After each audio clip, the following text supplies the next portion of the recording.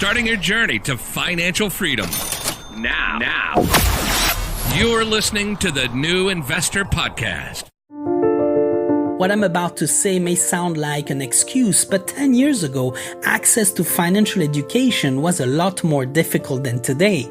And if you're in your 20s today, there are no more excuses for not self-learning to invest. It is a matter of a few clicks. Your time is not yet valuable in dollars terms, so using plenty of it to self-learn the art and science of investing must be a priority as you have a future to build and hopefully a future that will be dictated in your own terms.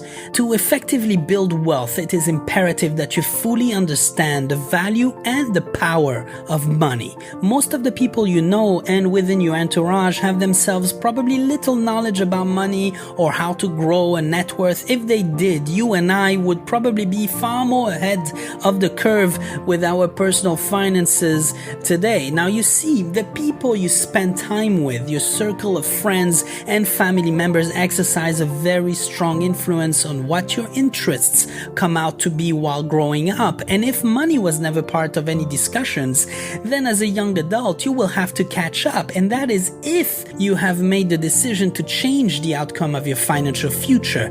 So catching up means wasting valuable time building wealth, and I have experienced exactly that.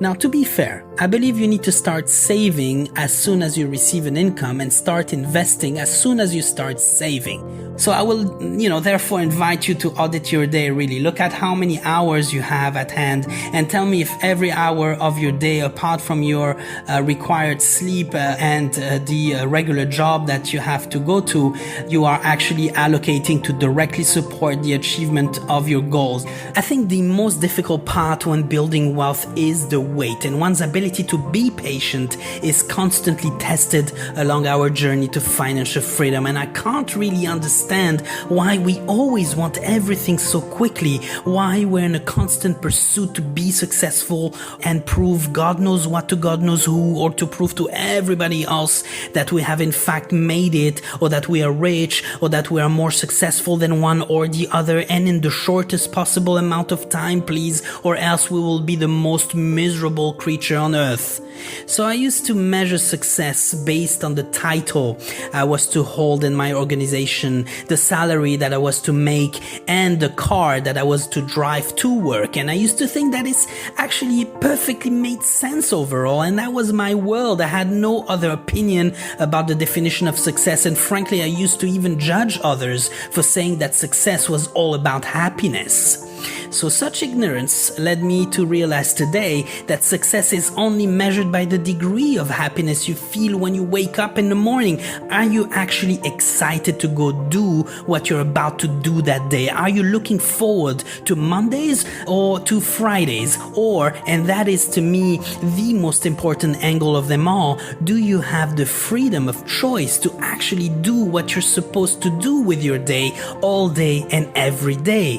Being successful and a free man, that is actually extremely appealing to me, but I can only whisper it now. There is a very long road ahead that will require of me a tremendous amount of patience, discipline, hard work, and sacrifice. Why would I be simply handed over this privilege? It is a grave mistake to think that all will be handed over to us on a silver tray from one day to the next, so that we will build that next $1 million business overnight and with the least amount of efforts.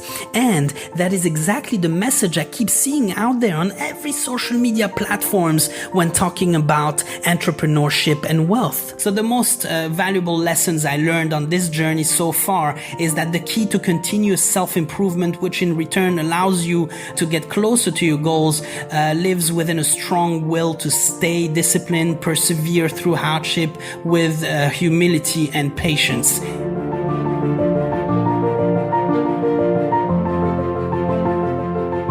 Thank you for listening to the podcast, and I really hope that it brings you some additional support on your own journey towards financial freedom. Don't forget to hit that subscribe button to never miss an episode, and looking forward to your DM and follow on Instagram at New Investor Podcast. In the meantime, stay invested, be patient, and keep playing the long-term game.